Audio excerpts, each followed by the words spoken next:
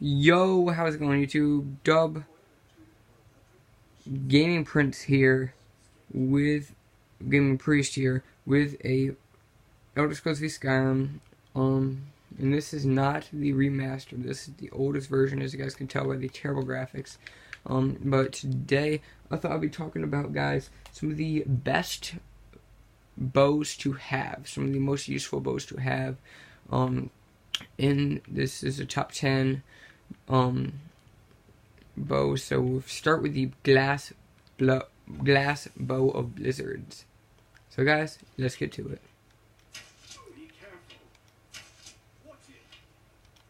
So you guys can see the glass bow does do a decent amount of damage. It's not the most useful bow, but it does do decent damage. With the blizzard effect, helping it a lot in its combat range. Now, archer characters aren't the most useful characters or character builds in the Elder Scrolls. But the glass bow is a huge, good bow to look for.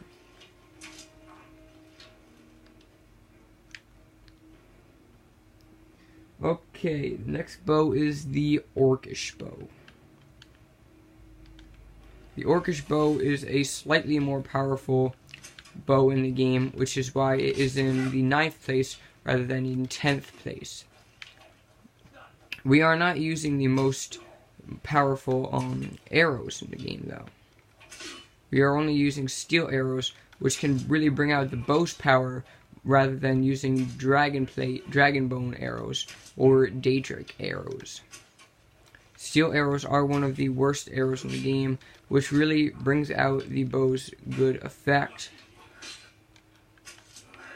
in the game. Being a rival and fighting off the guards with the Orcish bow is kind of slightly easier than the glass. As you guys can see in our gameplay here, this bow is pretty powerful. Time to talk about number 8, the Nordic bow. I do think that the Nordic bow does require a DLC. I'm not sure, but the Nordic bow is the next bow on this list. With its awesome look, the Nordic bow does look pretty much badass, rather than the glass bow or the Orcish bow. I'll show you guys a picture of the Nordic bow right now. Here's the Nordic bow. It's a great bow, not damage wise, but look wise.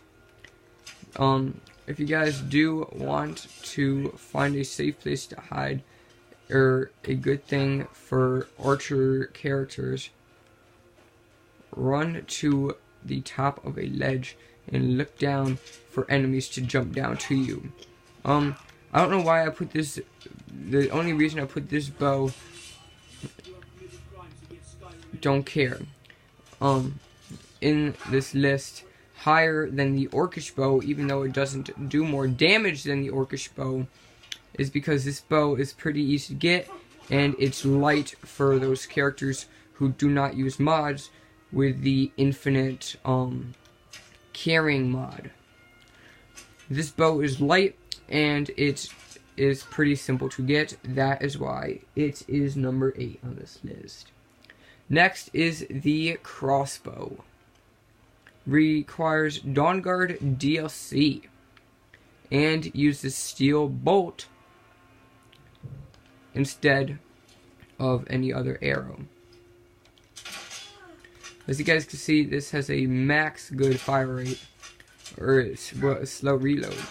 The bullets fly way farther and way faster than if you guys were using one of those old-fashioned bows. Not much to talk about with this bow. Time to hit the next bow on the list, which is the Ebony bow.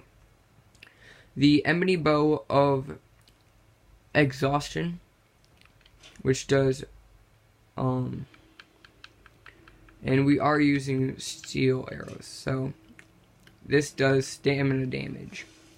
I put this on the usefulness so the enemies can't really run up to you if they are swordsman enemies, like most of these guards draw the swords. They can't run up to you fast if you guys exhaust them with the stamina damage of the ebony bow.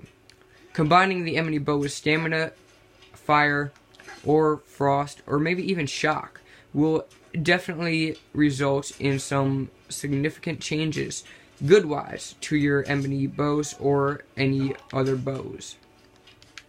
Next bow on this list is the Frignal's End, I think is how you pronounce it. A good bow that you guys get after you complete a quest for the,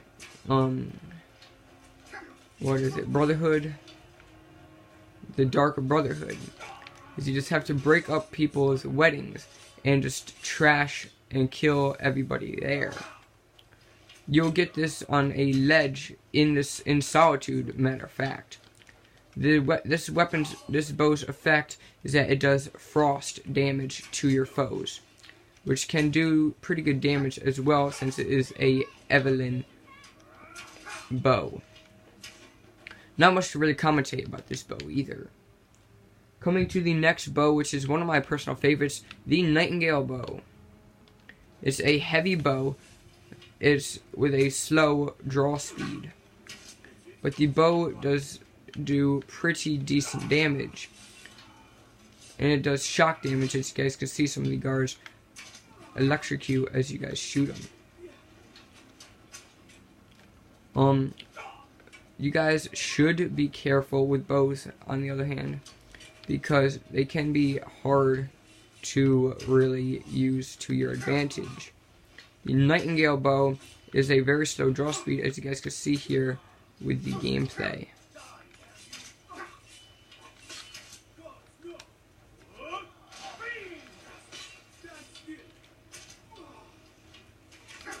Next bow on this list is the Sun God's bow, or the Arenal's bow.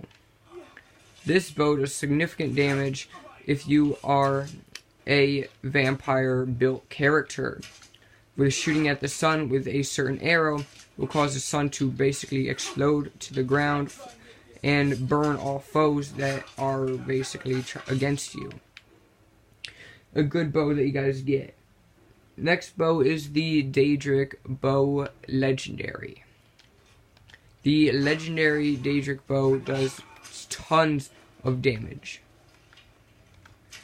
I really do enjoy the Daedric bow, because especially with this variant of it.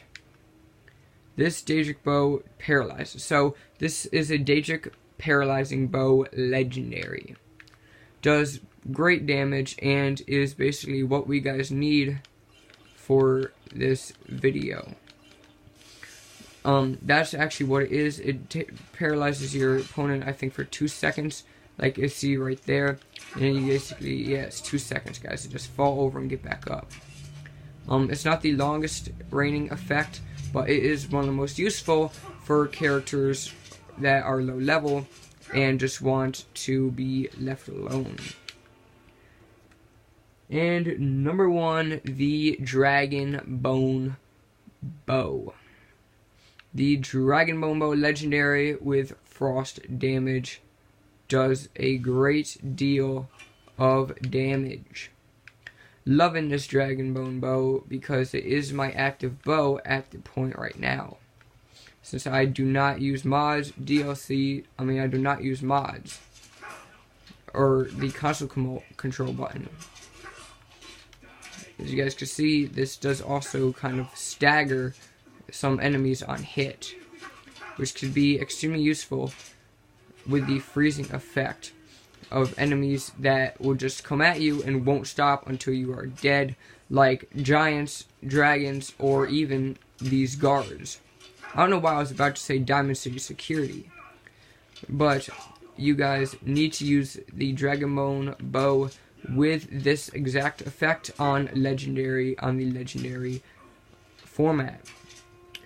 This will significantly change your bow's damage tremendously by, as you guys can see, staggering and nearly killing your enemy on hit. This bow is great against any type of enemy: dragon, creature, wizard, mage, guard, melee built characters, or even assassins. Which is why I put this bow at number 1 on the list. Without a doubt, the Nightingale bow could also hit number 1 along with the Sun God's bow. The only reason I call it the Sun God's bow is because I can't really pronounce the guy's name that is on this bow. But Frignal's End could also hit number 1 on this list because it's just a real well-known bow that does a pretty decent damage. And what the hell, why am I stuck here? Let's just kill some of these guards so we maybe can move. So yeah guys, that was basically my choice of the most useful bows to have in the Elder Scrolls. If you guys did enjoy this video, please hit the like button, and guys, subscribe if you have not yet subscribed for some insane Fallout 4, Elder Scrolls V Skyrim, and Diablo 3 Reaper of Souls epic